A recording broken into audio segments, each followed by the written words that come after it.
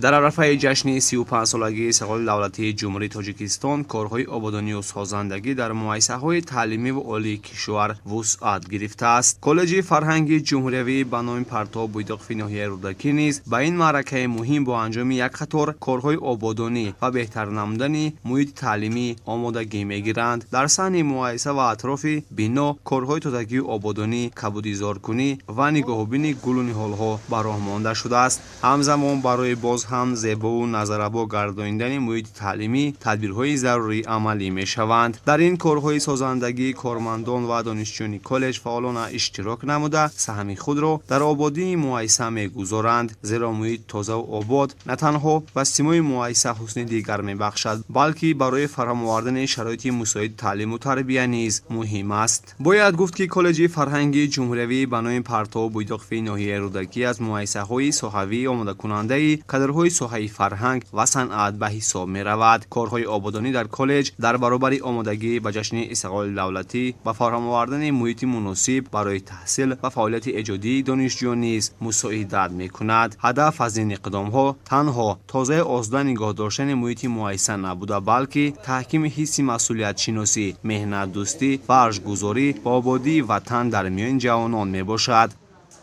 در دایره کارهای آبادانی بخشیده به جشن مقدس ملی 35 سالگی استقلال دولت جمهوری تاجیکستان عین حال در مؤسسه دولتی کالج فرهنگ جمهوری به نام پرتاب بویداق در ناحیه رودکی کارهای آبادانی با مرام ادامه دارد. البته با دستگیری حکومت جمهوری تاجیکستان و دستگیری وزارت فرهنگ جمهوری تاجیکستان در یک جایگی با کمیته اوید به تحصیلات ابتدایی و میانه کسبی نزد حکومت جمهوری تاجیکستان البته شرایط‌های خوب در مؤسسه تعلیمی فراهم آورده شد. شنبه هر هفته شروع از ماه اپریل تا امروز در حدود مؤسسه و گرد و اطراف آن کارهای آبادانی شنبگی با حشر عمومی دستجمعان کارمندان، آموزگاران و دانشجویان با مرام برگزار می‌گردد.